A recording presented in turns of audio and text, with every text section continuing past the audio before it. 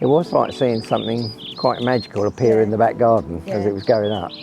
I love all of it, but the pergola is just absolutely beyond my expectations.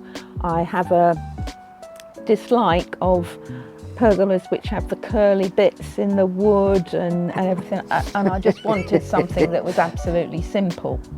And I think we've got that there, haven't we? It's absolutely gorgeous. Can I just remind you that at the outset, all you wanted was a little corner. I did, yeah. One, and started off with that as a starting, and then as we developed the discussion and talked about putting the gazebo up on days when we have people around or whatever, then of course it develops into this. So it's got that opportunity to be a little social space for a small group or a larger group.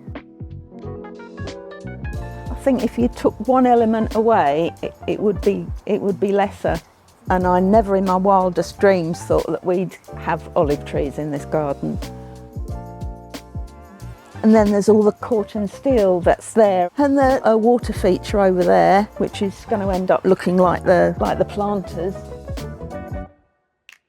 From the minute Matt's team came here, they were friendly, they were professional, there was nothing too much trouble, and they worked so hard. You know, there was this strong work ethic that was. It was a pleasure to work with them. Although I haven't made as many cups of tea as I have for a long time, but it was an absolute pleasure. Yeah. No, I mean that's absolutely true. It was all about solution. Or we've come up with this idea. What do you think about that? Which was great, really helpful.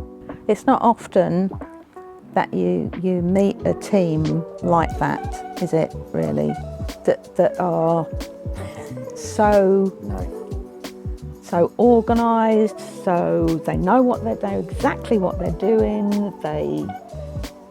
and yet they're cheerful with it and they'll talk to you. I just, found it was a pleasure to have them. We had here. no tut-tutting, can't do that, none of that.